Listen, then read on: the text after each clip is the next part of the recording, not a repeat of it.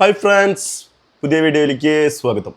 അപ്പോൾ ഇന്നലെ second show bromance forum ആണെന്നാണ് കാണുന്നത്, എറണാകുളത്തുള്ളത്.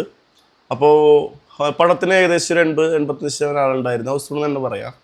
പിന്നെ തിയേറ്റർ ഫോറം മാളിൽ സെക്കൻഡ് ടൈമാണ് മൂവി വാച്ച് ചെയ്യുന്നത്. അടിപൊളി തിയേറ്റർ എക്സ്പീരിയൻസ് നടന്നു. സൗണ്ട് സിസ്റ്റം, സീറ്റിങ്, അതുപോലെ തന്നെ ബാത്റൂം എല്ലാം.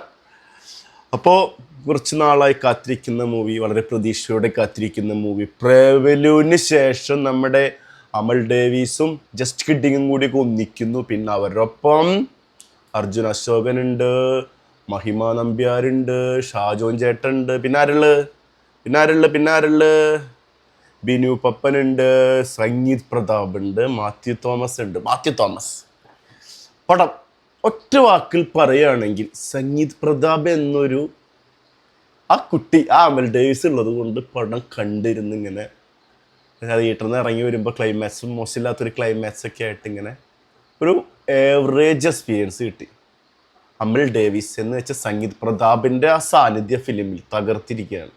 പെർഫോമൻസ് പറയുകയാണെങ്കിൽ അർജുൻ അശോകൻ ആദ്യം ഇങ്ങനെ മെല്ലെ കയറി ഇൻ്റർവെല്ലിന് ശേഷം ആൾ ഫുൾ സിംഗിൽ വരുന്നുണ്ട്. പിന്നെ കുഴപ്പമില്ലാത്തൊരു പെർഫോമൻസ് കാണാൻ പറ്റി. അതുപോലെ ശ്യാം മോഹൻ ജസ്റ്റ് കിഡിങ്, ആള് സ്റ്റാർട്ടിങ് കുറച്ച് സമയമുള്ളൂ, പിന്നെ ക്ലൈമാക്സിലാണ് കാണിക്കുന്നത്.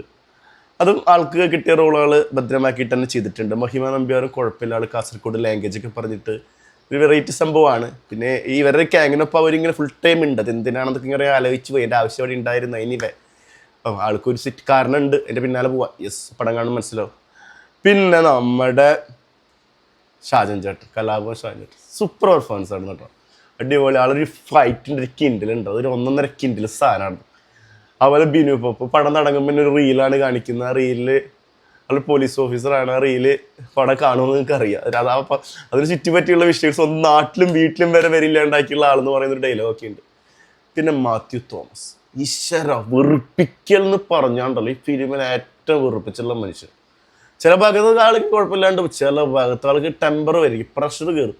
ആ സീനുകളൊക്കെ ഉണ്ട്. എൻ്റെ അമ്മോ, ജോജോയിലൊക്കെ കണ്ടുള്ള ജോജോ സിനിമയിലും കുറേ പടത്തിൽ കണ്ട് വെച്ച് കഴിഞ്ഞാൽ മുഖത്ത് വരാവുന്ന എക്സ്പ്രഷൻ മാക്സിമം ആൾ എടുത്ത് കഴിഞ്ഞ് ഇനി ഇന്നും കിട്ടാനില്ലാത്ത പോലെ ഒരു ഗംഭീര വെറുപ്പിക്കൽ, രക്ഷയില്ലാത്ത വെറുപ്പിക്കലായിരുന്നു മാത്യുവിൻ്റെ കാണാൻ പറ്റിയത്. മാത്യുവിൻ്റെ അടുത്ത കാലം ഇറങ്ങിയ പടങ്ങളൊക്കെ നമുക്കറിയാം. അത് ടീമായിട്ട് വന്ന് ചെയ്യുമ്പോൾ ഹിറ്റായി പോകുന്നതല്ലാണ്ട് ഇൻഡിവിജ്വലി ആൾ ചെയ്ത പടങ്ങളൊക്കെ ഇപ്പോൾ ഇതാണ്. അപ്പോൾ ആൾ നല്ല രീതിയിൽ വെറുപ്പിച്ചിട്ടുണ്ട് ഈ പടത്തിൽ. പക്ഷേ മാത്യുവിനെ എല്ലാവർക്കും ഇഷ്ടമാണ്. ആ ലെവലിലൊക്കെ ഇരുന്ന് ഇങ്ങനെ എൻജോയ് ചെയ്ത് കാണാം, അത്രയേ ഉള്ളൂ. ഫാൻസൊക്കെ ഉണ്ട് കുട്ടിക്ക്. ഇന്നലെ തിയേറ്ററിലൊക്കെ പോകുമ്പോൾ മാത്യുവിനെ കാണുകയും മാത്യുവിനെ കോമഡിക്ക് ചിരിക്കുന്ന ആളുകളുണ്ട് കേട്ടോ. എനിക്ക് പേഴ്സണൽ ഫീൽ ചെയ്തതാണ്.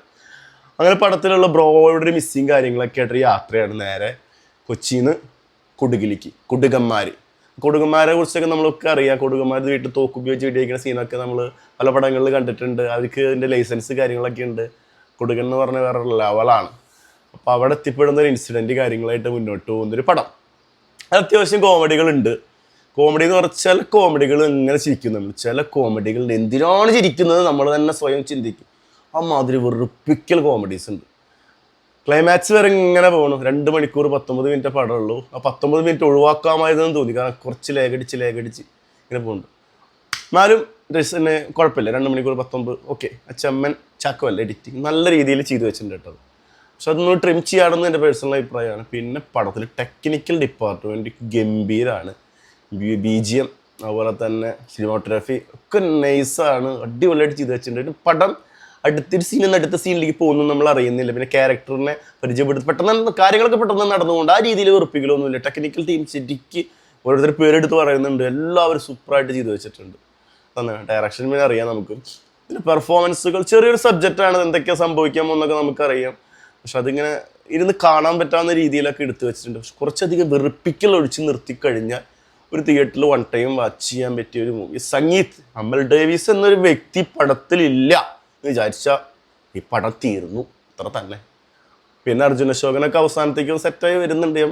മഹിമ, ഷാജോൻ ഇങ്ങനെ. അപ്പോൾ പടം ഒരു തിയേറ്ററിക്കൽ വാച്ച് എന്ന് പറയാം, ഒരു എൻ്റർടൈൻമെൻറ്റ് മൂവിയായി ചിലർക്കൊക്കെ ഫീൽ ചെയ്യാം. എനിക്കിങ്ങനെയാണ് തോന്നിയത്. കണ്ടിരുന്ന് ഇൻ്റർവെൽ വരെയൊക്കെ ഭയങ്കര പ്രത്യേകിച്ച് വെറുപ്പിക്കൽ പെർഫോമൻസുകൾ പറയുന്നത് കൊണ്ട് തോന്നിയതായിരിക്കും. എന്നാലും കണ്ടിരുന്ന് എണീറ്റ് പോരുമ്പോൾ ക്ലൈമാക്സ് കഴിഞ്ഞ് എണീറ്റ് പോരുമ്പോൾ ഒരു 1 ടൈം തിയേറ്ററിൽ കാണാവുന്നൊരു ആവറേജ് മൂവി. ബാക്കിയൊക്കെ നിങ്ങൾ കണ്ടിട്ട് തീരുമാനിക്കും. എൻ്റെ പേഴ്സണൽ അഭിപ്രായമായിരിക്കും. എന്നാലും മാത്യു തോമസ് എന്ത് വെറുപ്പിക്കല